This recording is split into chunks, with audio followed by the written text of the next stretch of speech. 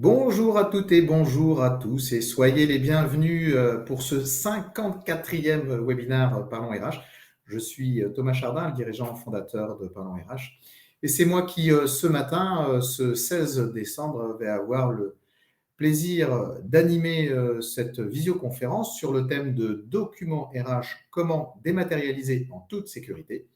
Ce n'est pas moi l'expert qui vais parler cette matinée, mais bien Étienne Gage qui nous fait le plaisir de nous rejoindre. Je sais que tu as fait beaucoup de déplacements sur ces 2 derniers jours et tu nous rejoins à Nanterville pour échanger avec nous. Tu es directeur de l'efficacité commerciale et relations partenaires de Digipost, filiale de La Poste. Sois le bienvenu et merci encore d'être avec nous ce matin pour parler de ce sujet. Merci Thomas et bonjour à tous, bonjour à toutes et merci de ton accueil. Mais je t'en prie, avec plaisir. Voici le sommaire que nous vous proposons d'adresser durant ce webinaire. D'une part, Étienne, désolé d'avoir écorché ton prénom. Voilà.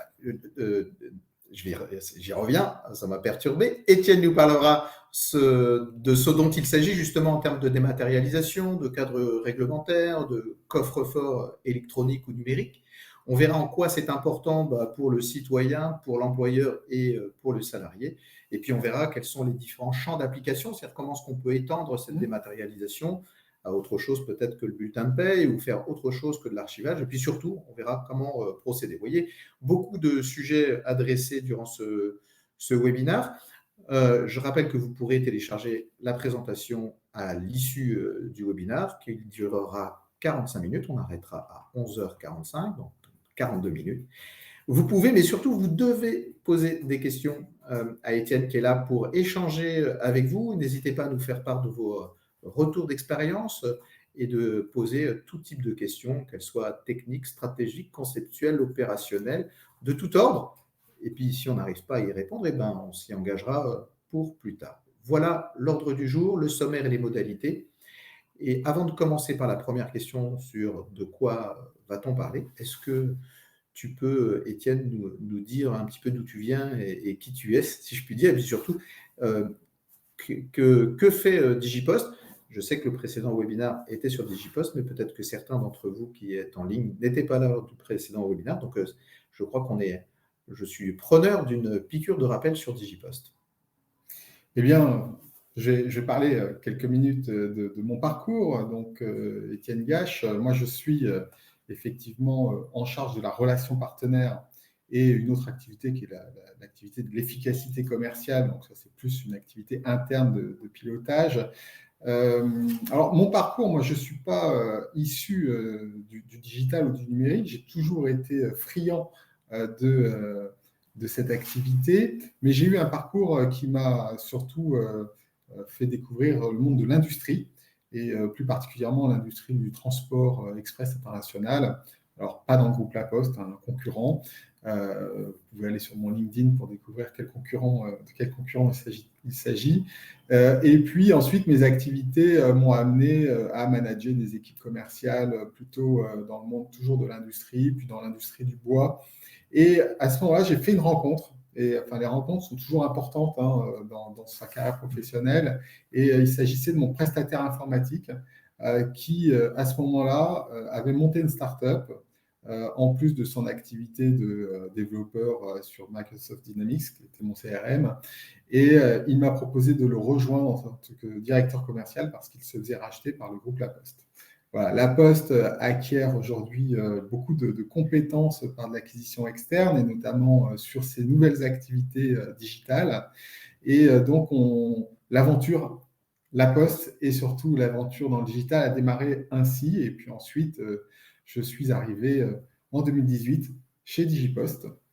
Alors, Digipost, ce n'est pas une acquisition externe, au contraire, c'est vraiment un développement, un pur produit du groupe La Poste, puisque Digipost, ça existe depuis 2011.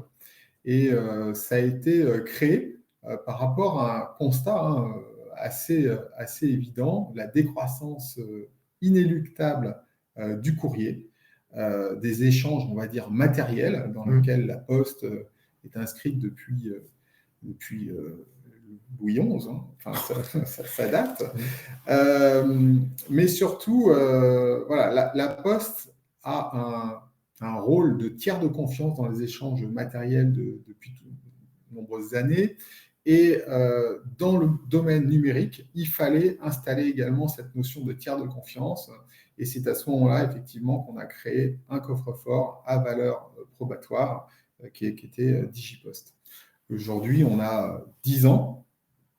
Et en 10 ans, on a fait un peu de chemin, puisqu'il y a 9000 entreprises, plus de 9000 entreprises maintenant qui nous font confiance. Toute taille d'entreprise. Ah oui, on a démarré évidemment avec des grandes entreprises, puisque ce sont souvent les grandes entreprises qui innovent ou en tout cas qui vont sur des projets de transformation.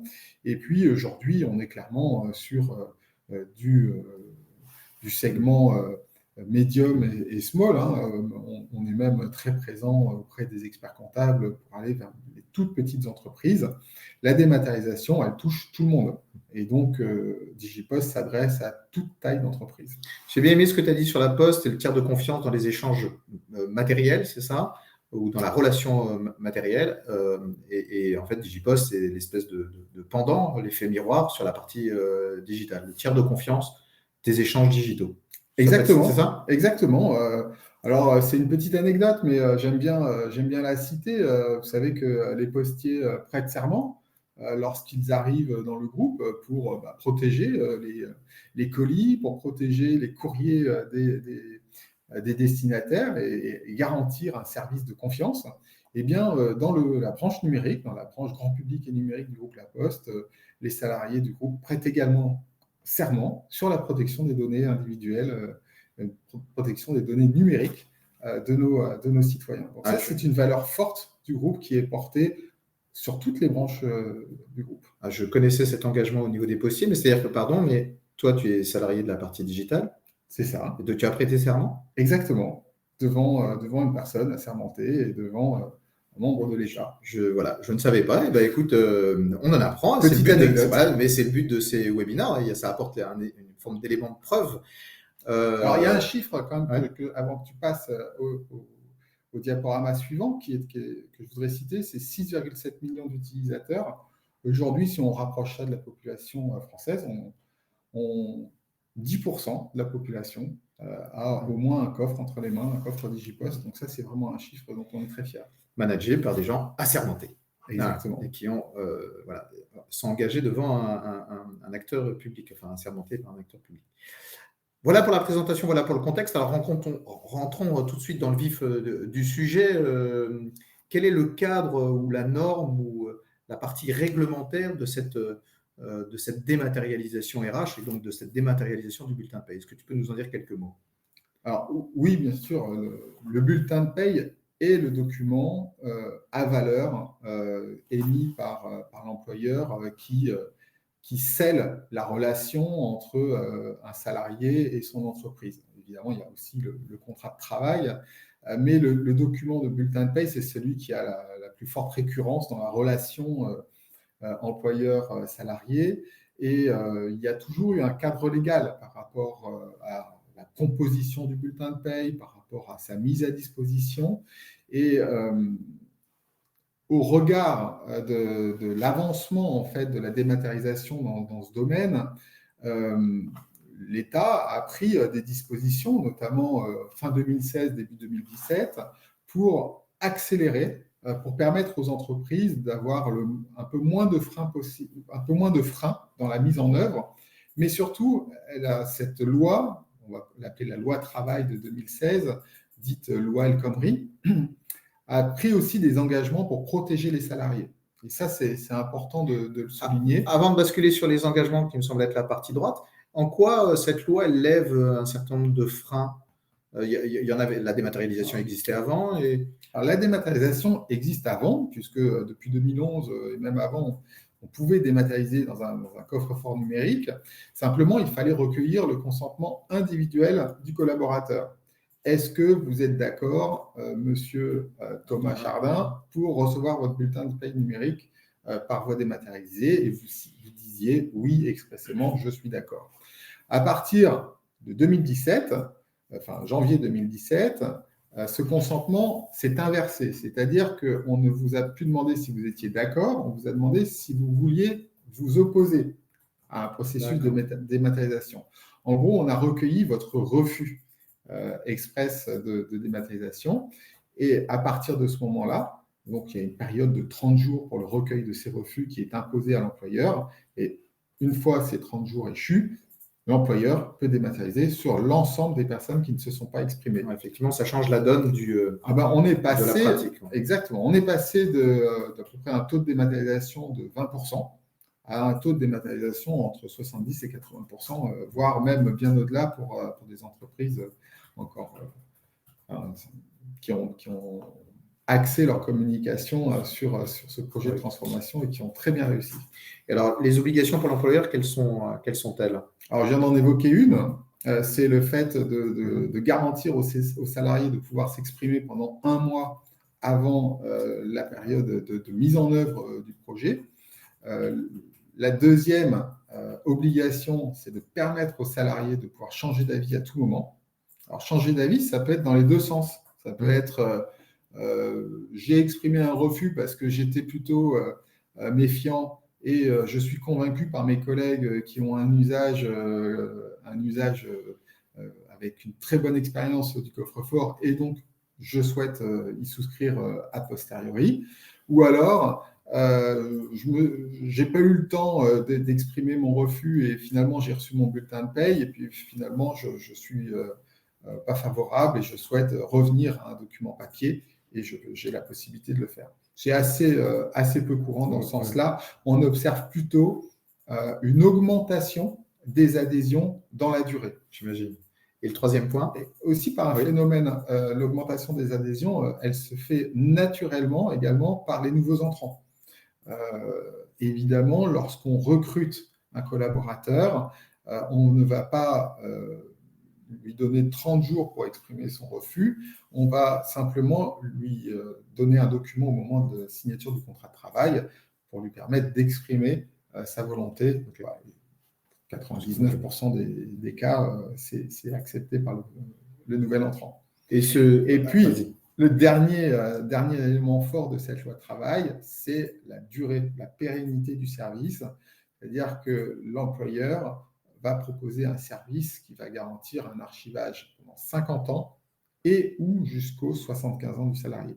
C'est vraiment un engagement fort également dans le choix du partenaire qui devra présenter des garanties de durabilité.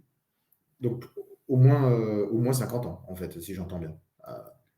Au moins 50 ans et ou jusqu'aux 75 ans du salarié. Donc, ça, c'est pour encadrer la conservation du bulletin de paye. Tous les documents, ensuite, on le verra par la suite, n'ont pas une durée de conservation aussi longue. D'accord. Après, on verra comment ça se passe quand on change d'employeur, mais je pense qu'on le verra par la suite.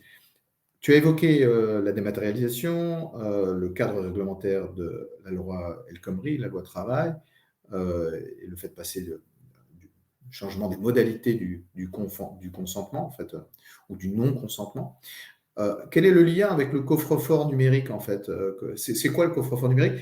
Et en fait, on évoque aussi de temps en temps le coffre-fort électronique. Il y a une différence entre les deux ou c'est juste un jeu de mots?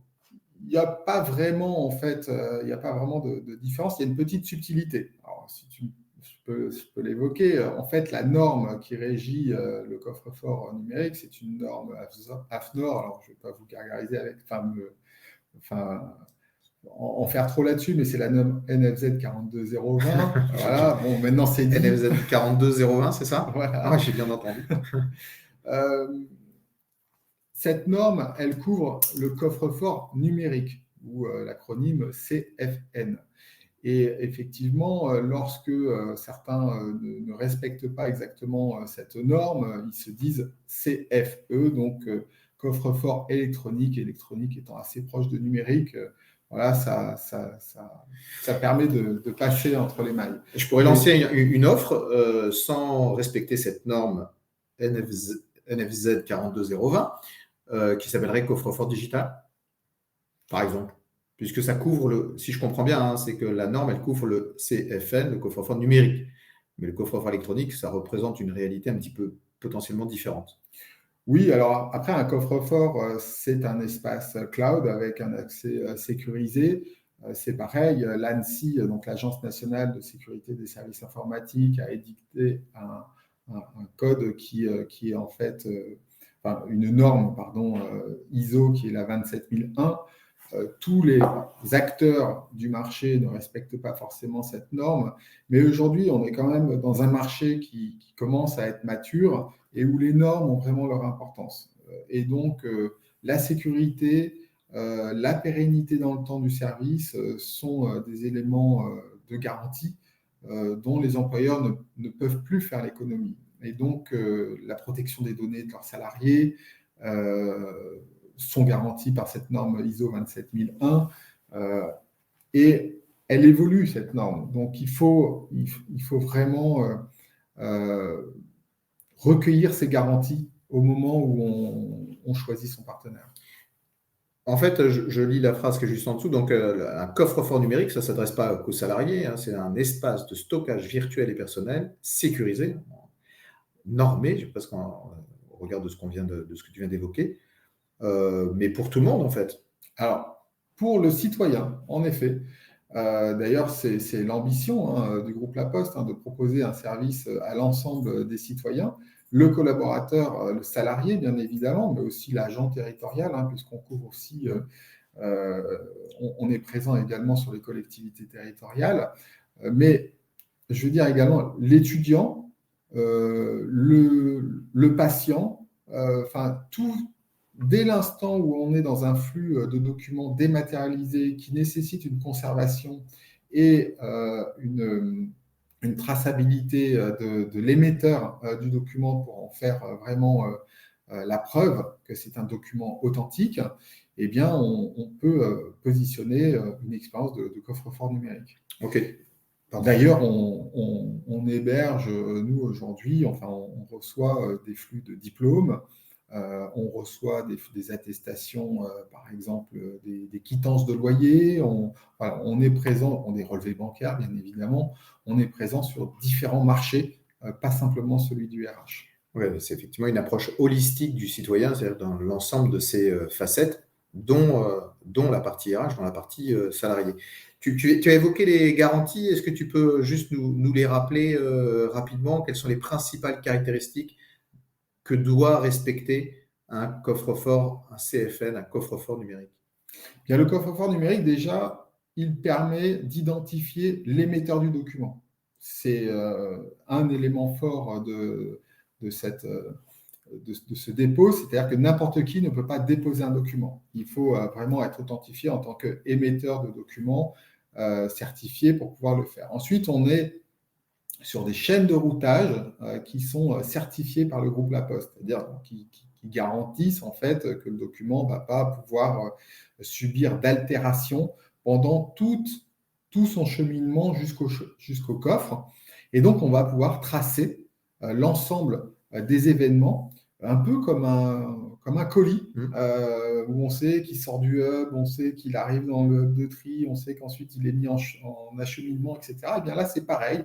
Toutes les traces sont disponibles dans la chaîne de preuves en fait, qu'on va apporter sur l'ensemble des opérations.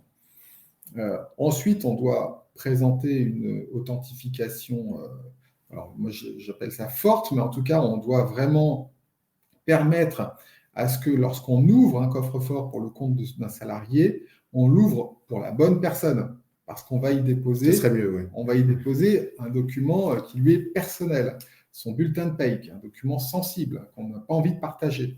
Et donc, eh bien, je ne pourrais pas me permettre, par exemple, d'avoir une homonymie entre Thomas Chardin et Thomas Chardin de la même entreprise. Donc, je vais, pour cela, garantir une authentification qui se reposera sur plusieurs facteurs.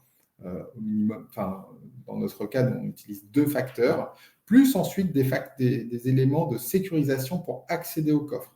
La vérification de l'adresse email, une OTP, donc ce qu'on appelle un one-time password qui va venir faire la preuve que je suis bien une personne physique parce que je l'ai reçu sur un autre canal, etc.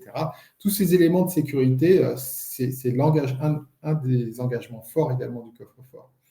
Et puis, évidemment, au fil de ce parcours, de cette expérience utilisateur, on va recueillir le consentement de l'utilisateur à recevoir son document, mais on va surtout lui garantir la possibilité de récupérer l'intégralité de ses données. La réglementation RGPD nous impose de pouvoir le récupérer en un clic, et effectivement, c'est ce qu'on propose à l'intérieur du coffre. En un clic, je peux récupérer 50 ans de bulletin de paye. Exactement. Plus tous les autres documents qui auront été positionnés dans le coffre, y compris des documents personnels que je vais ajouter, mes factures d'électricité, mes différents baux immobiliers, enfin, l'ensemble de ma vie administrative, mes documents des impôts, etc. Ok, donc il y a quatre garanties, hein, l'intégrité, la traçabilité, l'identification et la réutilisabilité. Désolé pour ce mot un peu compliqué. Le fait de pouvoir récupérer les données. Alors, c'est bien que tu utilises un mot pas très joli, le réutilisabilité, mais en fait, il y a deux notions. En fait. La possibilité de récupérer ces données en fin de parcours, si par exemple je veux quitter Digipost ou quitter mon coffre et que je veux récupérer l'intégralité de mes données, mais il y a aussi cette notion de partage, c'est-à-dire que si demain je veux utiliser mes données pour les partager avec un tiers, par exemple, si je dois souscrire un prêt immobilier ou un prêt à la consommation et qu'on me demande mes 3 derniers bulletins de salaire, mon justificatif de domicile et ma pièce d'identité, que tous ces documents se trouvent dans mon coffre, eh bien, j'aurai la possibilité de les partager par un lien sécurisé à ce tiers. D'accord. Il y a aussi cette notion de, oui, on stocke des données, mais on veut aussi pouvoir en disposer pour sa vie administrative. Ok, très bien. Bon, on a vu quel était le cadre réglementaire, mais aussi le cadre normatif, la NFZ 42020, et aussi la norme ISO 27001. Voilà. Donc, il y a un cadre, il y a des garanties, et on a vu que effectivement, le coffre-fort permettait un certain nombre de fonctionnalités dans le cadre de cette dématérialisation.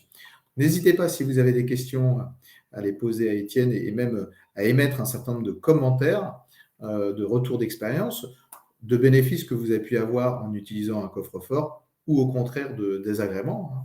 Il n'y a pas de sujet caché dans les webinaires Parlons RH. Et tout de suite, moi, ce qui m'intéresse, c'est de voir aussi quelles sont l'appréhension des Français en fait vis-à-vis de cette notion de dématérialisation, de digitalisation. Est-ce que tu peux nous en dire un mot?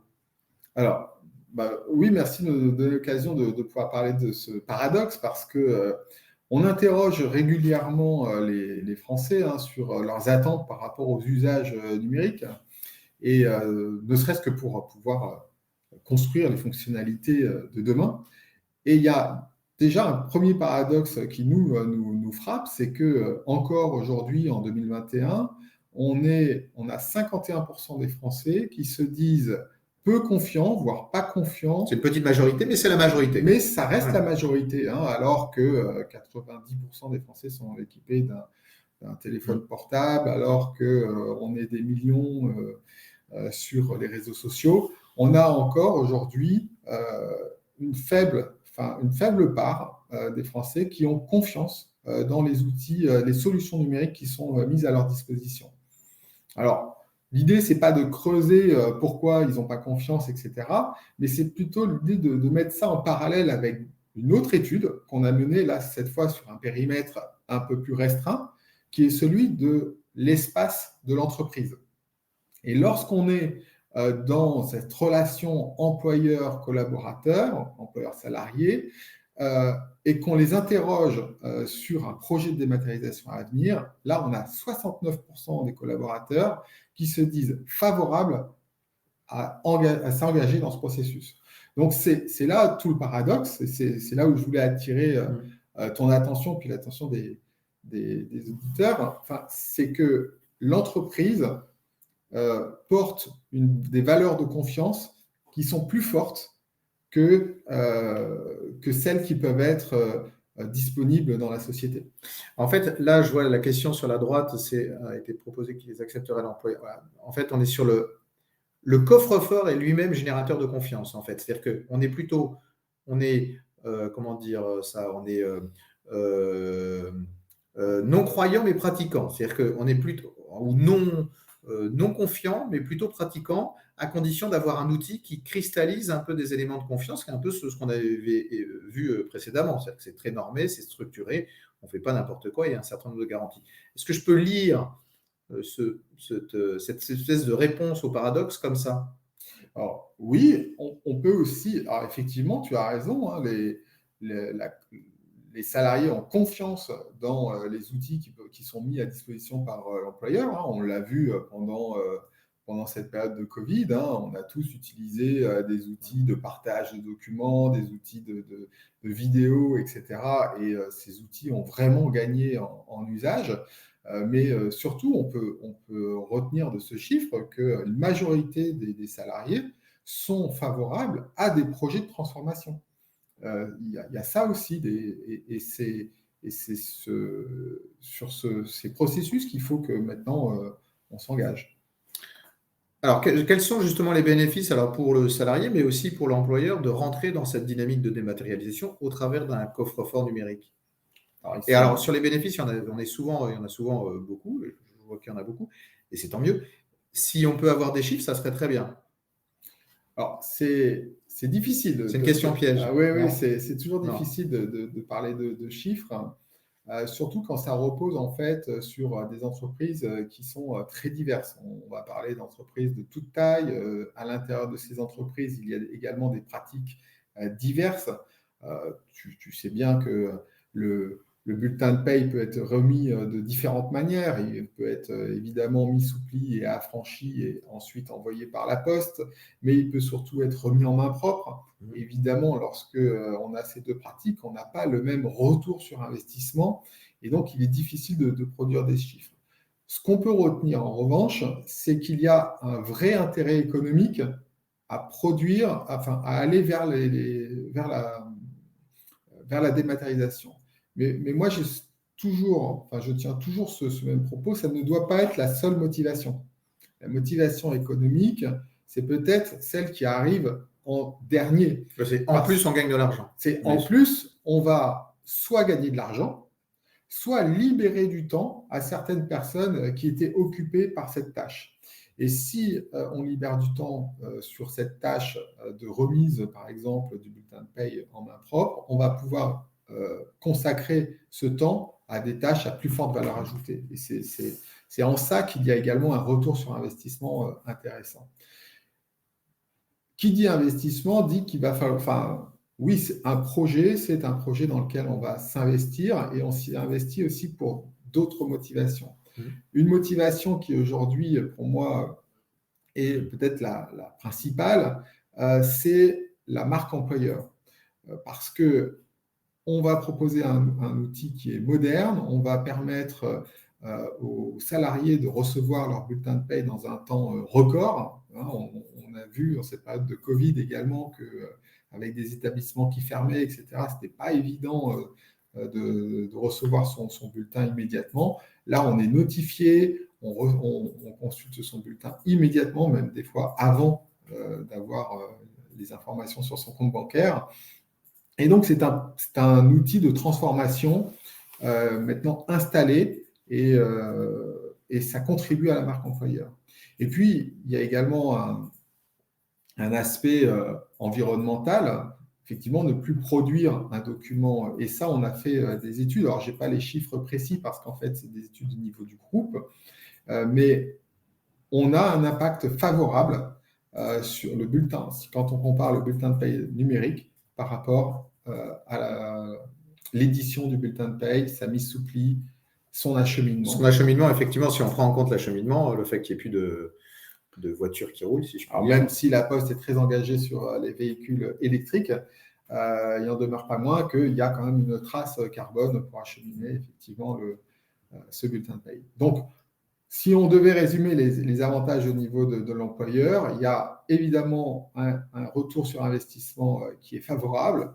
Il y a également un engagement sociétal et environnemental. Et puis, il y a surtout le fait de pouvoir contribuer favorablement à sa marque employeur et de proposer des outils au bout du jour, modernes, qui qui correspondent aux usages aujourd'hui numériques dans l'entreprise. Reconnecter l'employeur au sens propre comme au sens figuré aux attentes des collaborateurs. Et alors pour le salarié, quels sont ses bénéfices? Le salarié, il va bénéficier d'un espace de stockage à vie, déjà. Ça, c'est le... Tout à l'heure, on a dit 50 ans. 50 ans, c'est la durée minimale de conservation légale du bulletin de paye. D'accord. Mais au bout de 50 ans et un jour, le bulletin de paye ne se détruit pas. Il reste bien ancré dans le coffre-fort et c'est une garantie finalement à vie de stockage. C'est également un service gratuit pour le collaborateur. Quel que soit le coffre-fort du marché, la mise en œuvre pour le collaborateur est gratuite. Et c'est important aussi de préciser que s'il quitte l'entreprise, il conservera l'intégralité de ses données et il conservera l'accès à ce coffre-fort également pendant autant de temps qu'il le souhaite. Un élément fort également qu'on met en avant vis-à-vis des collaborateurs, c'est que les données, en tout cas les données de Digipost, sont hébergées en France et évidemment redondées plusieurs fois avec des plans de sécurité qui garantissent en fait le retour à l'activité ou la continuité de l'activité si jamais il devait y avoir des incidents de service. Il y a un vrai, pardon, je te coupe, il y a un vrai bénéfice là, du stockage en France là-dessus. Enfin, on utilise tous, ou certains en tout cas, je ne sais pas moi, Facebook ou Google pour stocker des documents. J'entends pas une levée de bouclier de tous les salariés français qui utilisent Facebook pour dire les données ne sont pas en France. Vous avez, vous, des vraies attentes, des remontées terrain sur ce sujet-là du stockage sur le territoire national? Ah oui, la souveraineté du stockage, c'est vraiment un élément fort dans notre promesse. Déjà parce qu'on ne parle pas de n'importe quelle donnée, on parle du bulletin de paye, qui est un document vraiment qui a une symbolique forte et puis qui est encadré par un texte de loi. Donc mais surtout, on est propriétaire de ces données lorsqu'on est dans son coffre-fort numérique. Et le fait qu'elle soit hébergée en France, c'est un gage de confiance supplémentaire.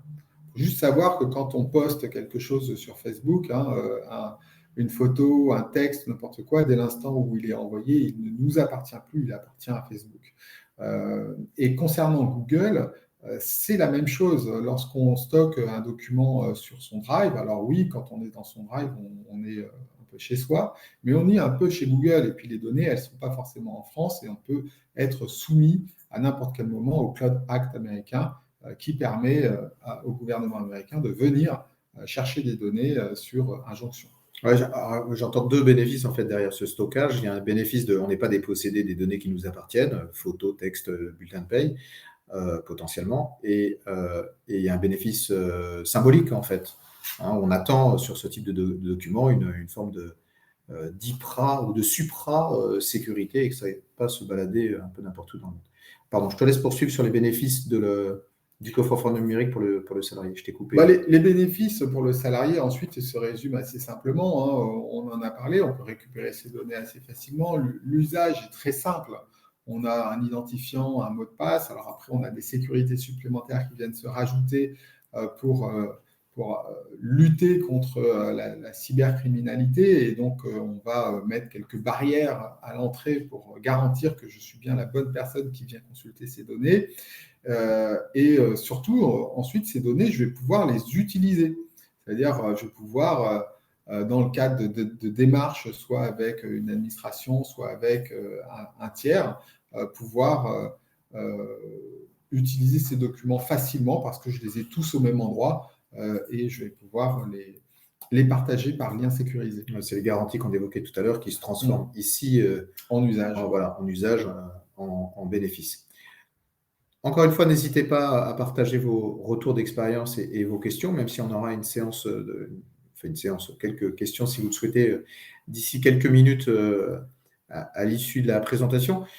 On a vu ce que c'était, le cadre, le cadre réglementaire, le cadre normatif, la notion de coffre-fort électronique versus coffre-fort numérique, j'ai bien vu la différence, les différentes garanties, on a vu les bénéfices tant cette espèce d'outil qui peut cristalliser la confiance pour les employeurs dans une dynamique de transformation, des bénéfices pour l'employeur, RSE, image employeur, des bénéfices économiques qui viennent qu'à la fin, des bénéfices pour les salariés. Et alors, quels sont maintenant les champs d'application possibles? Comment est-ce qu'on peut... est-ce que ça concerne que le bulletin de paye ou est-ce que ça concerne d'autres documents? Alors, c'est une très bonne remarque.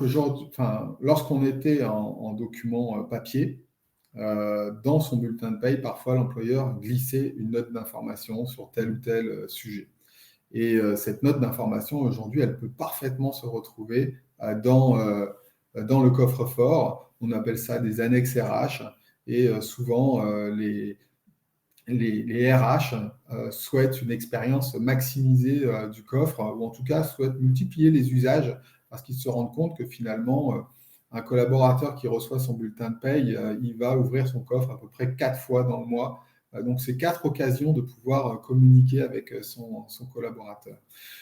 Donc, évidemment, on va retrouver tout ce qui jalonne en fait la relation entre le RH et les collaborateurs. Donc, par exemple, une fois par an ou une fois tous les 2 ans, on retrouve le bulletin social individuel, qui est un document qui peut être assez lourd, avec beaucoup d'images, etc. Ça a tout à fait sa place dans le coffre. Lorsque l'entreprise négocie de nouvelles conditions de mutuelle, eh bien, elle doit en faire part. Et là, c'est une obligation. Elle doit apporter la preuve qu'elle a bien communiqué sur les nouvelles dispositions prises avec cette mutuelle. Et donc, le coffre-fort permet d'apporter cette preuve. On n'est pas obligé d'envoyer un recommandé ou ce genre de choses parce que, encore une fois, on trace, on ancre les éléments qui sont déposés dans le coffre-fort. C'est ce que tu as parlé de valeur probante, c'est ça? Exactement. C'est-à-dire que, et de valeur opposable, c'est-à-dire que l'employeur, en cas de réclamation, par exemple, d'un collaborateur, peut tout à fait produire la preuve, et avec l'enchaînement en fait, des événements, qu'il a bien déposé ce document à tel jour, à telle heure, dans tel coffre-fort. Et donc, toutes les communications RH peuvent être présentes dans le coffre, à commencer par le contrat de travail ou l'avenant au contrat de travail, qui est vraiment le document essentiel dans la relation entreprise-salarié. Donc, c'est pas en fait uniquement c'est pas uniquement un coffre-fort au sens c'est fermé à clé, sécurisé, c'est pas uniquement une zone d'archivage, c'est presque un outil de communication et d'échange, de dynamisme pour rythmer la communication et la relation avec le collaborateur. Oui, alors après, il y a différents types de coffres-forts sur le marché. Aujourd'hui, vous avez des coffres-forts qui sont simplement des espaces de stockage simples avec identifiant mot de passe et ils respectent effectivement toutes les normes et toutes les garanties du coffre-fort numérique. Et puis après, vous avez le coffre-fort Digipost qui, lui, a poussé son expérience utilisateur en apportant effectivement des fonctionnalités de communication un peu plus poussées. Et je vois là, il y a une autre fonctionnalité. Est-ce que tu peux nous dire 2 mots, alors même vraiment en 30 secondes? Céline, j'ai bien vu votre question, on va la prendre juste après, puis les autres, je vous invite à réfléchir à vos éventuelles questions. Est-ce que tu peux nous dire quelques mots sur la signature intégrée, la signature électronique? Alors, la signature électronique, c'est un des deux, c'est dans la relation sur les outils numériques et que le RH peut utiliser. On va retrouver effectivement la dématérialisation du document et on va retrouver la signature électronique. Ce sont 2 usages électroniques qui sont très complémentaires, déjà parce qu'ils revêtent l'un comme l'autre des éléments de preuve sur l'identification de l'émetteur de la signature, l'identification de l'émetteur du document, etc., etc. Et pareil, on va avoir un enchaînement de traces numériques qui vont garantir effectivement que cet usage est un usage de confiance. Et nous, on a souhaité effectivement, fort des chiffres, du chiffre qu'on voit là apparaître, c'est-à-dire 79% des utilisateurs de coffre-fort se disent intéressés, favorables au fait d'avoir des documents assignés dans leur coffre, type avenant au contrat de travail. Voilà, je suis salarié, j'évolue dans mon entreprise, mon avenant plutôt qu'on me le pousse par voie papier traditionnelle, et puis après je suis obligé de le scanner moi-même dans mon coffre, et bien là, on me propose une expérience immersive directement dans le coffre, et ça, j'y suis favorable. Et c'est effectivement une évolution vers laquelle on va. En fait, signature et archivage sont en totale synergie ou complémentarité. C'est deux jambes sur lesquelles on marche dans ce cadre de cette dématérialisation. Oui, d'ailleurs, souvent dans les projets de transformation, on observe que soit la signature a été mise en place juste avant le projet de dématérialisation du bulletin de paye, ou alors on met en place d'abord le projet de démat et ensuite vient tout de suite après les projets de signature électronique dans le cadre RH. Alors, Céline te pose la question, je prends tout de suite votre question, Céline. Si un collaborateur quitte une entreprise qui utilise un coffre-fort numérique, celui de Digipost par exemple, pour une entreprise qui l'utilise également, les documents sont-ils centralisés sur le même compte? Alors, c'est une excellente question. Et je vais même aller un petit peu plus loin si j'ai le temps. 30 secondes, en fait. Ah, d'accord. Ouais, Alors, désolé. Je vais vite. Parce qu'il nous reste, je pense, il y a le champ d'application, c'est comment est-ce qu'on fait concrètement. Donc, Ok, alors, il nous reste 30 secondes. Pour répondre rapidement à cette question, lorsque je suis collaborateur d'une entreprise qui utilise Digipost et que je vais dans une entreprise qui utilise également Digipost, je vais pouvoir appairer le flux d'adhésion, puisqu'en fait, j'adhère à un flux de documents entre un émetteur, c'est-à-dire l'entreprise, et mon coffre-fort. Et donc, je peux d'ailleurs avoir plusieurs adhésions en même temps si j'ai plusieurs employeurs. Ah oui. Imaginons que j'ai 2 temps partiels dans une entreprise A et dans une entreprise B. Eh bien, si ces 2 entreprises utilisent Digipost, je vais avoir les 2 flux d'adhésion dans le même Digipost, dans mon même coffre-fort. Eh bien, c'est le même phénomène. Si je quitte une entreprise pour aller vers une autre entreprise qui utilise Digipost, je vais pouvoir également conserver mon coffre avec tout ce que j'aurais alimenté, enfin tous les documents que j'aurais alimentés même par moi-même, puisqu'on reçoit ces bulletins de paye, mais aussi on peut y charger tout autre document. Et donc, j'ai une expérience en continu de mon expérience professionnelle. On préserve presque l'intégrité, pour reprendre le mot précédent, l'intégrité de l'expérience. C'est-à-dire qu'elle n'est pas décilotée ou dépiotée. Et on va, enfin, à travers cette valeur, il faut bien mettre l'accent sur le fait que c'est bien un coffre-fort personnel et ce n'est pas un espace de stockage, par exemple, familial. C'est vraiment un espace qui nous est dédié et qui va nous suivre d'un employeur vers un autre employeur. Il faut être majeur ou on peut, à partir du moment où on a 16 ans? À partir de 15 ans. À partir de 15 ans. Ah, très bien. Voilà, Céline, pour votre question. Alors, vraiment, en 30 secondes, est-ce que tu peux nous dire comment ça marche? Ça veut dire, là, je vois qu'il y a 4 items, 4 actions. Ça veut dire 15 secondes. Alors, si on, 15 secondes, si on se donne 60 secondes, là, on est 15 secondes par action. On parle de la signature électronique dans le coffre. Hein, on est bien d'accord. Donc, comment ça marche? En fait, l'employeur va sélectionner le document qu'il souhaite, sur lequel il souhaite apposer une signature. Il va évidemment charger ce document dans l'espace qu'on va dans l'applicatif qu'on va lui mettre à disposition. Il va également sélectionner la personne, le destinataire, lui envoyer pour signature et ensuite le salarié recevra une notification. Il ira directement consulter le document dans son coffre-fort. La signature sera directement apposée dans le coffre-fort. On aura fait la vérification de la personne en elle-même et ensuite, une fois le document signé, il sera évidemment archivé dans le coffre-fort pendant la durée légale qui aura été sélectionné par l'employeur et l'employeur recevra également une copie dans son système d'archivage entreprise. Le SAE. Le fameux SAE. Merci beaucoup, Étienne. Juste pour terminer nos webinaires en parlant RH, on a toujours 2 questions. Le coup de com' et le coup de cœur. Quel est ton coup de com'? Quel est ton coup de cœur? Mon coup de com', c'est effectivement la signature dans le coffre parce que c'est une vraie innovation que nos équipes produits ont menée. C'est également une innovation parce qu'on est les seuls aujourd'hui à proposer cette expérience vraiment immersive dans le coffre. Donc ça, c'est mon coup de com'. Et puis mon coup de cœur, eh bien, en fait, on approche des fêtes de fin d'année. Et mon coup de cœur, c'est de vous souhaiter à tous de très bonnes fêtes et puis de te remercier surtout de m'avoir invité. Faites attention à vous, cette période encore compliquée, mais merci pour votre audience en tout cas.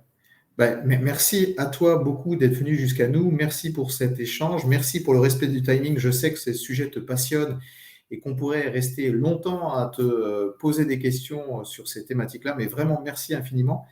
Merci à toutes et tous de nous avoir suivis. Merci de nous avoir suivis pour ce webinaire, mais merci de nous avoir suivis durant toute l'année 2021, qui était évidemment une année un petit peu particulière.